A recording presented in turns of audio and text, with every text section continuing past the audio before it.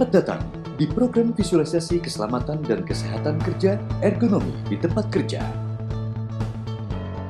Hari ini kita akan memahami tentang keselamatan dan kesehatan kerja, pentingnya ergonomi supaya tidak terjadi kecelakaan kerja dan penyakit akibat kerja.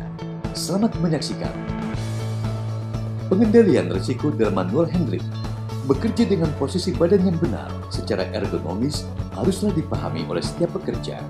Bila tidak, tentu dapat menyebabkan kecelakaan kerja dan gangguan kesehatan, baik dalam jangka pendek maupun jangka panjang.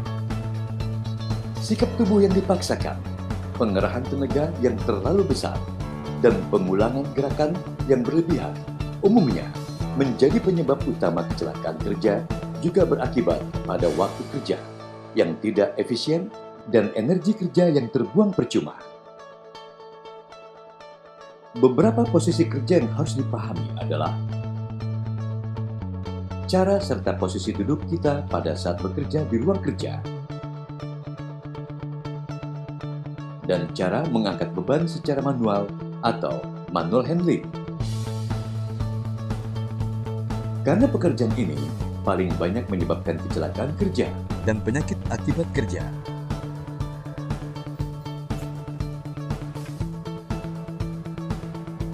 Aktivitas duduk pada saat di ruang kerja dan mengangkat beban hampir selalu dilakukan di banyak tempat kerja, sehingga aktivitas ini dianggap sebagai kebiasaan dan kurang diperhatikan. Dalam melakukan pekerjaan mengangkat secara manual, perlu diperhatikan hal-hal sebagai berikut. 1. Sebelum mengangkat, lakukan lebih dahulu. A. Baca label pada kontainer atau pembungkusnya tentang cara pengangkatannya. B. Lakukan tes angkat di sudut bawah benda untuk memeriksa berat dan stabilitas benda yang akan diangkat. Bila terlalu berat, gunakan bantuan alat atau minta orang lain untuk membantu mengangkat. Perlu diwaspadai, benda yang berisi cairan dapat berubah titik berat sejalan dengan posisinya, sehingga sering tidak stabil waktu diangkat. Dalam hal ini, ikuti pedoman manual handling dari manajemen. C. Pakailah sepatu dan sarung tangan yang aman untuk mengangkat. D. Periksa ketersediaan alat bantu angkat mekanik. 2. Pada saat mengangkat barang, perhatikan hal-hal sebagai berikut. A. Pastikan objek dapat dipegang dengan erat dan aman.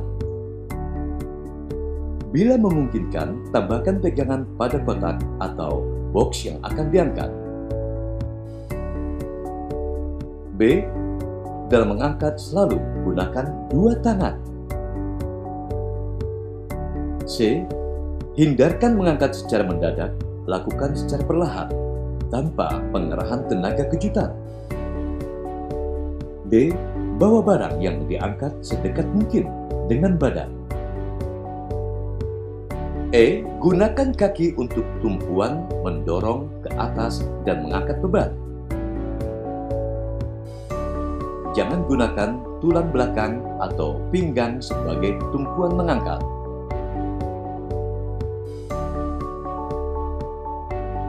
Jangan mencoba mengangkat dengan cara membungkuk ke depan. Tekuk pinggul dan lutut dan jongkok ke arah benda yang akan diangkat. Tarik sedekat mungkin ke arah badan.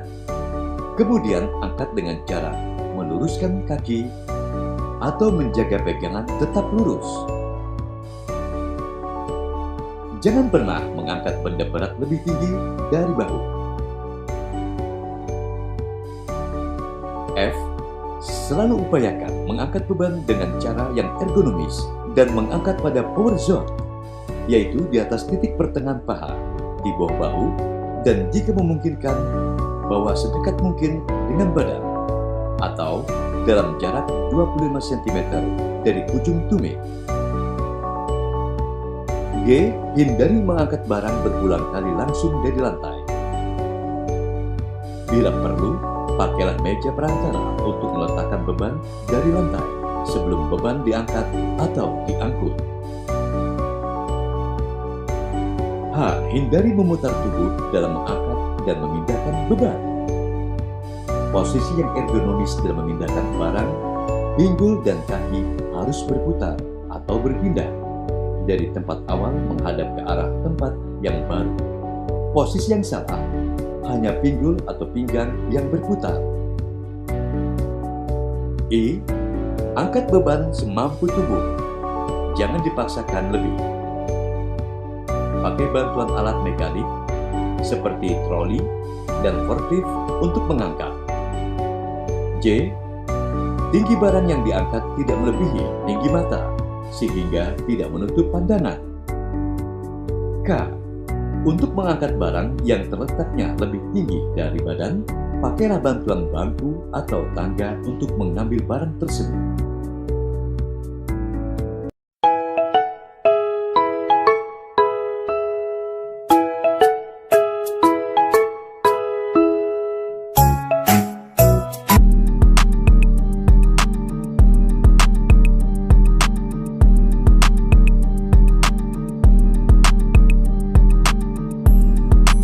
Gempa bumi.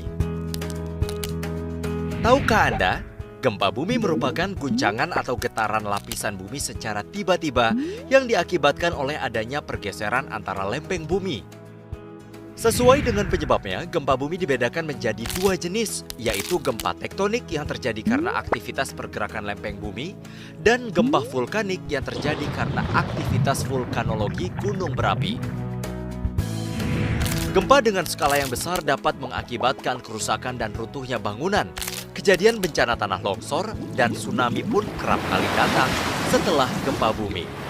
Waspadai kemungkinan gempa susulan maupun bahaya kebakaran. Jika berada di dalam rumah atau gedung, jangan menggunakan lift. Berlindunglah di tempat yang aman jika terjadi gempa. Jauhi kaca, cermin, dan benda-benda yang tergantung. Jika berada di luar rumah, carilah daerah terbuka. Jauhi pohon, lampu jalan, tiang listrik, dan papan reklame. Bencana gempa yang terjadi dapat mempengaruhi kesehatan masyarakat, menyebabkan cedera khususnya patah tulang, serta tercemarnya sumber air. Untuk pertolongan pertama, bersihkan bagian tubuh yang terluka. Jika terjadi pendarahan, beri tekanan di bagian yang terluka hingga pendarahan berhenti. Gunakanlah obat antiseptik untuk menghindari luka dan infeksi, serta beri penutup luka pada luka yang terbuka. Apabila luka yang terjadi tergolong berat, segera bawa korban ke fasilitas pelayanan kesehatan terdekat untuk mendapatkan perawatan lebih lanjut, termasuk suntikan anti-tetanus untuk mencegah infeksi tetanus. Dengan memahami dan melakukan persiapan yang baik sebelum, saat, dan setelah bencana gempa bumi, kita akan mengurangi risiko dampak bencana yang terjadi.